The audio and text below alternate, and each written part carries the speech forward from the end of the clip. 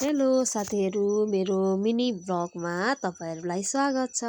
आज पनि मेरो छोटो ब्लग लिएर तपाईहरू सामु आइसकेको छु।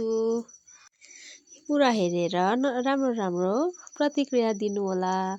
आज चाहिँ हामी सपरिवार कहाँ गएको भने नि साथीहरू, हिजो र आज चाहिँ छुट्टी थियो नि त स्कुल पनि। अनि हामी चाहिँ बहिनी बिनुले चाहिँ पानीपुरी बनाएको छ अरे घरमा। अनि खाना आइज भनेपछि चाहिँ हामी तुरुन्तै सपरिवार लाग्यौँ पानीपुरी खानु भनेर।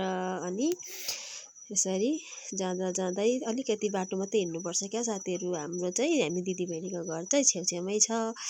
अनि अलिकति हिँडिसकेपछि चाहिँ उसको घर आइसकिसक्यो र मेरो कान्छी देउरानी पनि आएर बसिरहेको रहेछ।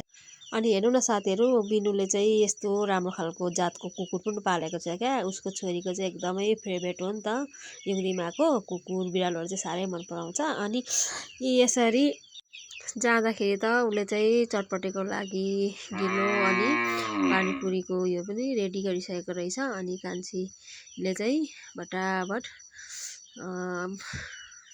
के भन्छ त्यो पानीपुरीमा लगाउने किमा नै भन्नुपर्छ, यसरी लगाएर तयार बनायो। यस्तो मिठो खाउँ लाग्दो भएको थियो क्या साथीहरू। अनि हेर्दै अनि लु टेस्ट गर त कस्तो भएछ भनेर भनेको, कान्छीले पनि चाख्यो र पालै पालो हामी पनि खान थाल्यौँ। त्यसपछि चाहिँ अनि मेरो बुढोले चाहिँ खाँदिनँ है म त भन्दै हुन्थ्यो। अनि आउनु न खानु मिठो छ भनेर भनेको। अनि टेस्ट गरेको मिठो भयो अरे। अनि बटाबट खान थाल्नुभयो। अनि एकछिन पछाडि चाहिँ यसरी चटपटे पनि बनाइमाग्यौँ। अनि चटपटे यस्तो मिठो खालको चटपटे बनाइदियो।